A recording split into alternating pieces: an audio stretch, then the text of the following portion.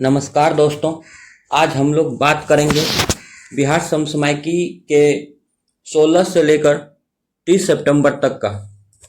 आइए हम लोग इस वीडियो लेक्चर के माध्यम से समसामयिक घटना को देखते हैं। सूबे के 2 एक्सप्रेसवे निर्माण का मास्टर प्लान तैयार।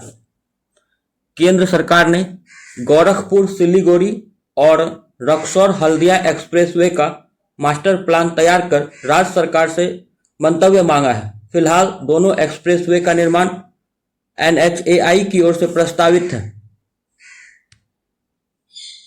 Gorakhpur Siliguri high speed corridor पश्चिम चंपारण, पूर्वी चंपारण, शिवहर, सीतामढ़ी, मधुबनी, सुपौल, अररिया और किशनगंज जिलों से होकर गुजरेगी।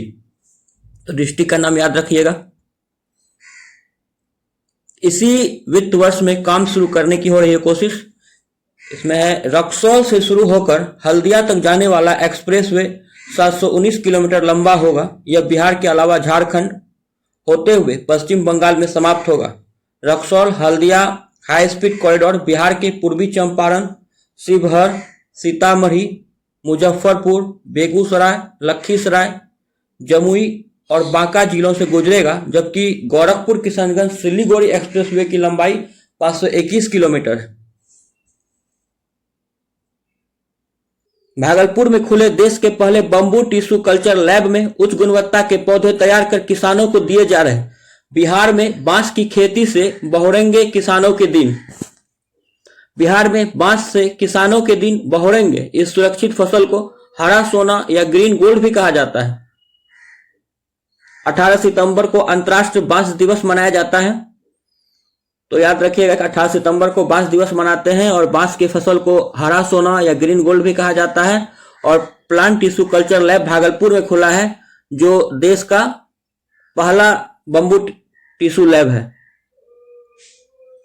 भागलपुर में TNB कॉलेज परिसर में देश का पहला बंबू टिश्यू कल्चर लैब खुला है। लैब में हर साल 1.5 से 2 लाख पौधे का उत्पादन होता है। इनमें बंबूसा, टुल्डा, अंबुसा, बालकोवा, डेंड्रोकेलेसम, स्किट्रस समेत अन्य प्रजाति शामिल है। ये सब बांस की प्रजाति है, तो नाम याद रख लीजिएगा सबका। बांस का 1600 उपयोग है और एंटी फंगल व जीवाणु गुण होते हैं बांस में।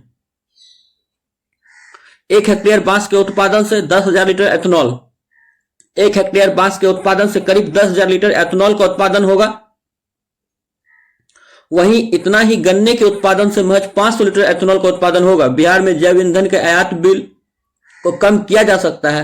एथेनॉल उत्पादन के लिए उद्योग स्थापित करने का भी द्वार खुलेगा। पुनपुन में अंतर्राष्ट्रीय प्रतिपक्ष मेला। उप मुख्यमंत्री सम्राट चौधरी ने इसका शुभारंभ किया है। तो कहां? तो पुनपुन में। बेगूसराय में एक्सटेंशन सेंटर का उद्घाटन। बेगूसराय में निफ्ट एक्सटेंशन सेंटर का उद्घाटन होगा। स्थानीय सांसद और केंद्रीय कपड़ा मंत्री गिरिराज सिंह इसका उद्घाटन करेंगे। तो याद रखिए कि एक्सटेंशन सेंटर कहां खुला है, तो बेगूसराय में। यह निफ्ट का extension centre. Bihar volleyball league के चैंपियन 8 से 15 सितंबर तक चलने वाली बिहार की पहली वॉलीबॉल लीग का समापन हो गया है। बिहार वॉलीबॉल लीग का फाइनल मैच नालंदा डिफेंडर्स और तक्षशिला सर्वर्स के बीच खेला गया। इसमें नालंदा डिफेंडर्स जो है विजेता हुए हैं। चैंपियन बना है नालंदा डिफेंडर्स। प्रधानमंत्री ने झारखंड से 6 वंदे भारत ट्रेनों को दिखाई हरी झंडी। पटना टाटा समेत बिहार को मिली 4 वंदे भारत ट्रेन। देखते हैं कौन कौन ट्रेन मिला है बिहार को। पटना टाटानगर वंदे भारत, भागलपुर हावड़ा वंदे भारत, गया हावड़ा वंदे भारत और देवघर वाराणसी वंदे भारत। देवघर वाराणसी वंदे भारत बिहार से होकर गुजरेगी। 4 वंदे भारत अभी मिली है। मेरा गौरव, हर प्रखंड में एक पर्यटन स्थल चुनेंगे वहां के लोग। पर्यटन मंत्री नीतीश मिश्रा ने मेरा प्रखंड मेरा गौरव प्रतियोगिता की शुरुआत की है। इसके अलावा इन्फ्लुएंसर की नजर से में बिहार प्रतियोगिता का भी आयोजन होगा। बिहार पर्यटन ब्रांडिंग एवं मार्केटिंग नीति और मुख्यमंत्री होम स्टे योजना का लोकार्पण भी किया गया। तो ये सब योजना बिहार से पर्यटन क्षेत्र से जुड़ा हुआ है, याद रखना है। बिहार के राजेश ने फ्रांस में जीता कौशल विकास मेडल। समस्तीपुर के राजेश शर्मा ने विश्व मंच पर बिहार का नाम रोशन किया है। फ्रांस के लियोन में 10 से 15 सितंबर 2024 तक आयोजित विश्व कौशल प्रतियोगिता में राजेश शर्मा ने कैबिनेट, एक प्रकार का बिजली उपकरण, मेकिंग कौशल श्रेणी में पदक हासिल किया है।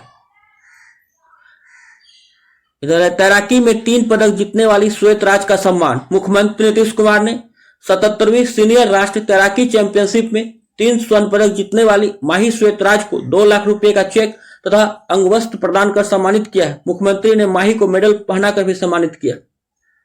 तो माही श्वेतराज का संबंध तैराकी से है। यह बिहार के दानापुर से रहने वाली है माही श्वेतराज, और ये तैराकी में 3 पदक जीते हैं, 3 स्वर्ण पदक जीता है।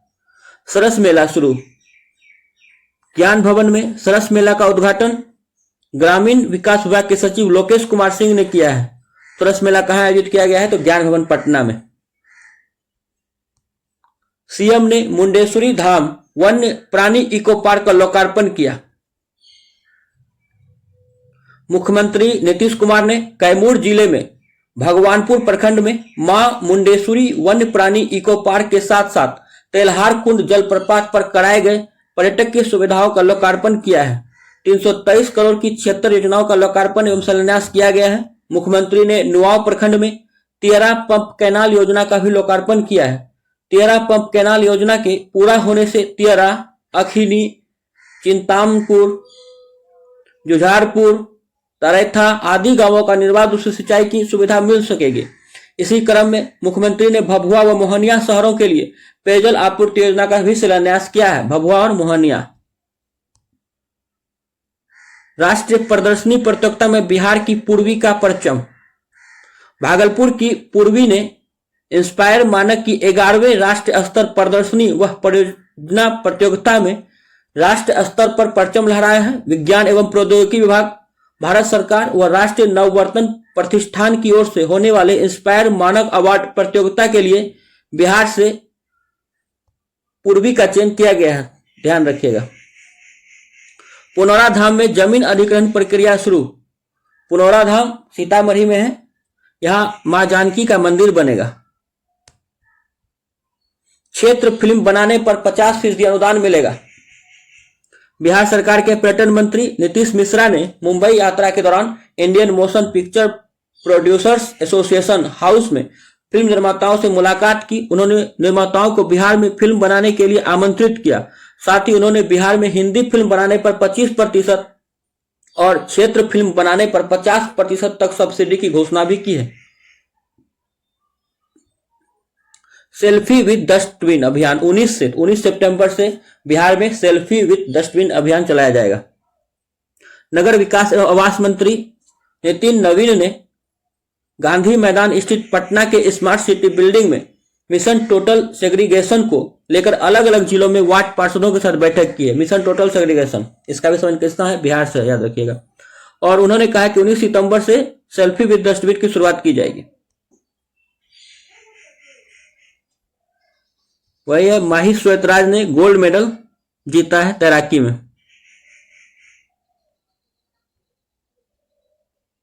राज्य के धार्मिक और लोक महत्व वाले मेले प्राधिकार में होंगे शामिल।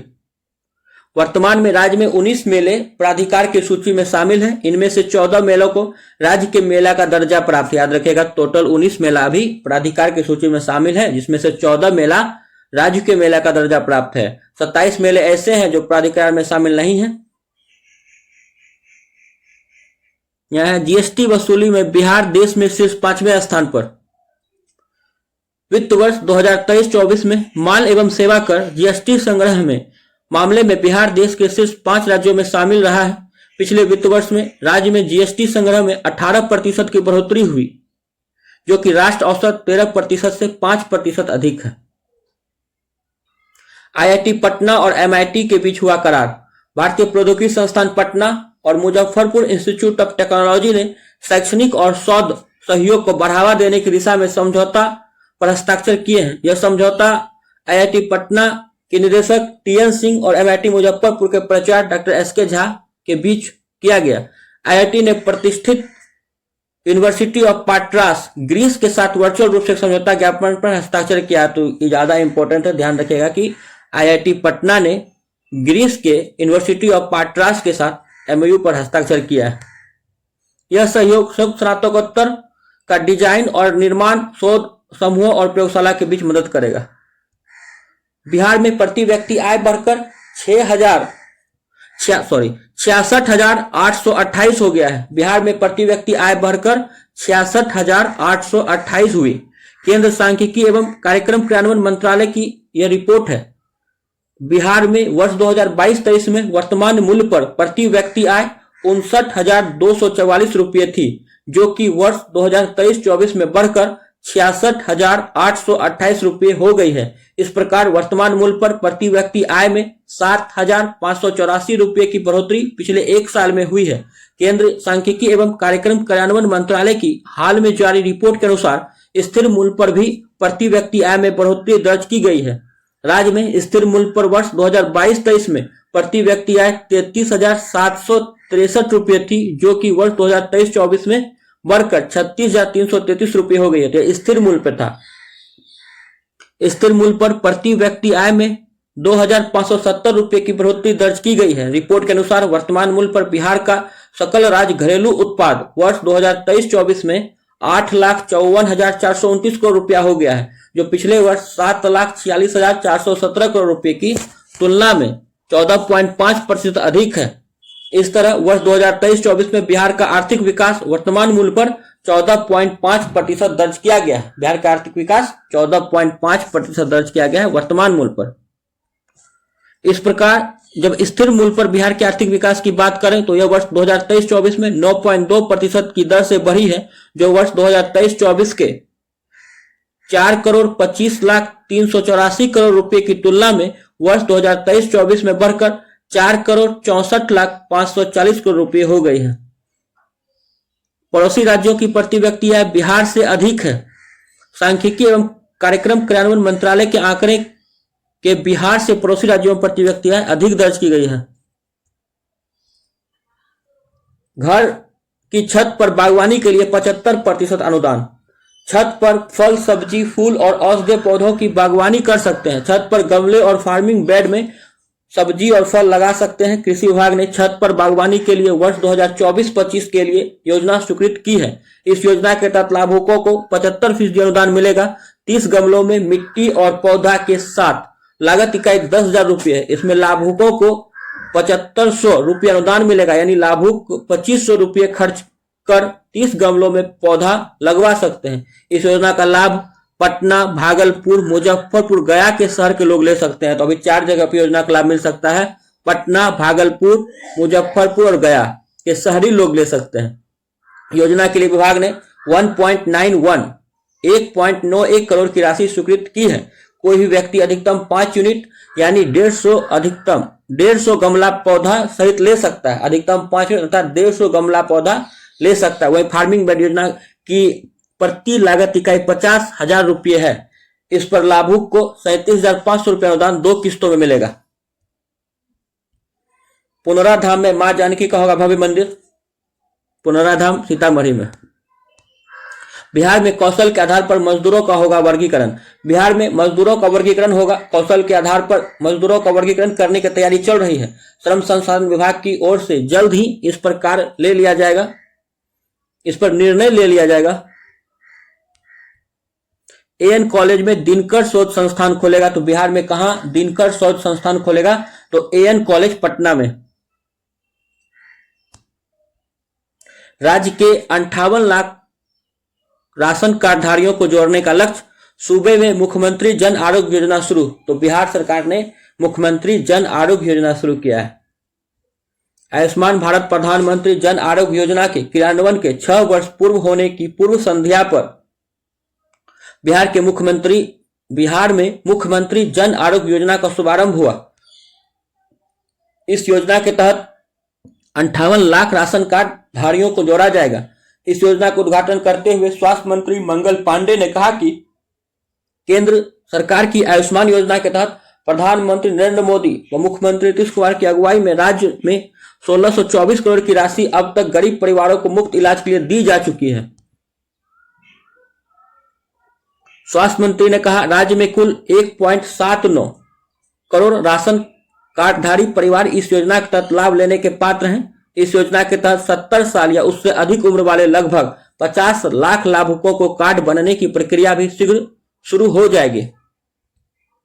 किसे मिलेगा लाभ? तो स्वास्थ्य मंत्री ने कहा कि मुख्यमंत्री जन आरोग्य योजना के माध्यम से राष्ट्रीय खाद्य सुरक्षा अधिनियम 2013 के वैसे सभी लाभार्थी परिवार जो आयुष्मान भारत प्रधानमंत्री जन आरोग्य योजना में आच्छादित नहीं है, उन्हें भी देश भर के सूचीबद्ध सरकारी और निजी अस्पतालों में कैशलेस एवं पेपरलेस व्यवस्था के तहत प्रतिवर्ष प्रति परिवार 5 लाख तक की स्वास्थ्य सुरक्षा का लाभ प्रदान किया जा रहा है। बिहार दूसरा राज्य होगा जहां 2 एम्स होंगे। इससे पहले ध्यान रखिएगा कि उत्तर प्रदेश ऐसा राज्य है जहां 2 एम्स हैं, एक रायबरेली और गोरखपुर में। बिहार में पटना और दूसरा एम्स दरभंगा के शोभन में खुलेगा। मढ़ौरा में बनने वाला इंजन से दौड़ेगी अफ्रीका की ट्रेनें। बिहार के मढ़ौरा में बनने वाले रेल इंजन से अब अफ्रीका के विभिन्न देशों की ट्रेनें दौड़ेंगे। आत्मनिर्भर भारत के तहत अफ्रीकी देशों में इंजन की आपूर्ति की जाएगी। मढ़ौरा रेल इंजन कारखाना 2025 से अफ्रीका को इवोल्यूशन सीरीज के लोकोमोटिव का निर्यात शुरू करेगा। भारतीय रेलवे और वेबटेक का संयुक्त उद्यम और वेबटेक लोकोमोटिव प्राइवेट लिमिटेड इंजन के निर्यात के लिए अपना संयंत्र की क्षमता का विस्तार कर रहा है। पहली बार यह संयंत्र एक वैश्विक ग्राहक को निर्यात के लिए लोकोमोटिव का निर्माण करेगा। ES43 ACMI लोकोमोटिव का निर्यात होगा। ES नाम क्या है इसका? तो ES43 ACMI। मढ़ौरा संयंत्र वैश्विक ग्राहकों को इवोल्यूशन सीरीज ES43 ACMI के लोकोमोटिव की आपूर्ति करेगा। इस लोकोमोटिव में 4500 HP इवोल्यूशन सीरीज का इंजन है। याद रखेगा, इसका 4500 हॉर्स पावर का इंजन है जो उच्च तापमान वाले वातावरण में ईंधन से जुड़ी सर्वश्रेष्ठ दक्षता और प्रदर्शन प्रदान करता है। मढ़ौरा संयंत्र 2025 में इन इंजनों का निर्यात शुरू कर देगा। रेलवे के मुताबिक 70 एकड़ में फैले मढ़ौरा संयंत्र की स्थापना 2018 में हुई थी। इसका मकसद भारतीय रेलवे के लिए अत्याधुनिक लोकोमोटिव का स्वदेशी तौर पर निर्माण करना। तो ध्यान रखिएगा कि मढ़ौरा रेल संयंत्र की स्थापना कब हुई थी? तो 2018 में। नालंदा में होगा 3 दिन का ज्ञान कुंभ। तो ज्ञान कुंभ कहाँ आयोजित किया जा रहा है? तो नालंदा में। देश के मक्का उत्पादन में बिहार 11% का योगदान। कृषि मंत्री मंगल पांडे ने कहा कि देश में कुल मक्का उत्पादन में बिहार का योगदान 11% है। आंध्र प्रदेश, कर्नाटक, राजस्थान और महाराष्ट्र के बाद बिहार देश का 5वां सबसे बड़ा मक्का उत्पादक राज्य है। तो ध्यान रखिएगा, आंध्र प्रदेश, कर्नाटक, राजस्थान और महाराष्ट्र के बाद बिहार का स्थान मक्का उत्पादन में 5वां है। यह बातें दिल्ली में फिक्की द्वारा आयोजित इंडियाज मेज समिट में कृषि मंत्री संबोधित करने के दौरान कही गई है। गंगा के उत्तर और कोसी के दोनों तरफ पड़ने वाले जिले यथा पूर्णिया, कटिहार, भागलपुर, मधेपुरा, सहरसा, खगड़िया और समस्तीपुर मक्का उत्पादन के प्रमुख क्षेत्र के रूप में विकसित हुआ है। राज्य सरकार की इथेनॉल प्रोत्साहन नीति 2021 से भी मक्का उत्पादन किसानों को फायदा हो रहा है। राज्य में मक्का भंडारण की क्षमता लगभग 5 लाख टन है। तो याद रखिएगा कि राज्य सरकार की इथेनॉल प्रोत्साहन नीति कब आई थी? 2021 में आई थी। बिहार सरकार की इथेनॉल प्रोत्साहन नीति 2021। गया 43 अंकों के साथ विजेता, मुजफ्फरपुर उप विजेता। राज्य स्तरीय अंतर जिला विद्यालय बालक अंडर 17 एथलेटिक्स प्रतियोगिता में गया की टीम पहले स्थान पर रही 43 अंक के साथ, जबकि मुजफ्फरपुर 12 अंक के साथ उपविजेता रही। गया के खिलाड़ियों ने 4 स्वर्ण, 7 रजक और 2 कांस्य पदक जीता है। इस खेल का आयोजन पाटलिपुत्रा खेल परिसर पटना में किया गया। पूर्वी बिहार के बदुआ और खड़गपुर जलाशय तक पहुंचेगा गंगा का पानी। पूर्वी बिहार के बदुआ और खड़गपुर जलाशय तक गंगा का पानी पहुंचेगा। इसके तहत पहले चरण में बांका जिले के बदुआ जलाशय, तो याद रखिएगा बदुआ जलाशय कहाँ है? तो बांका में, और मुंगेर के खड़गपुर जलाशय को गंगा जल देने की योजना बनाई गई है। इसकी शुरुआत जो होगी वह मोरबे, बांसकुंड, लखीसराय और आंजन, जमुई से होगी। इसी क्रम में मुंगेर जिले के जलाशयों खड़गपुर, बेलहरना जो बांका में पड़ता है, जालकुंड, बदुआ जलाशय में गंगा जल भेजा जाएगा। बदुआ जलाशय ऐसे तो बांका में है, लेकिन इसका प्रभाव बांका के अलावा भागलपुर और मुंगेर में भी है। ऐसे में इस योजना से इन तीनों जिलों की खेतों तक सिंचाई का पानी पहुंचेगा। उधर खड़गपुर जलाशय से मुंगेर के किसानों को सीधा लाभ होगा। दरअसल इस समय सुबह के सभी 23 जलाशय जल संकट से परेशान है, तो महत्वपूर्ण जलाशय है बिहार के दृष्टिकोण से। एग्जाम में ये सब क्वेश्चन आता है और आगे भी आता ही रहेगा। बिहार के महत्वपूर्ण समसामयिक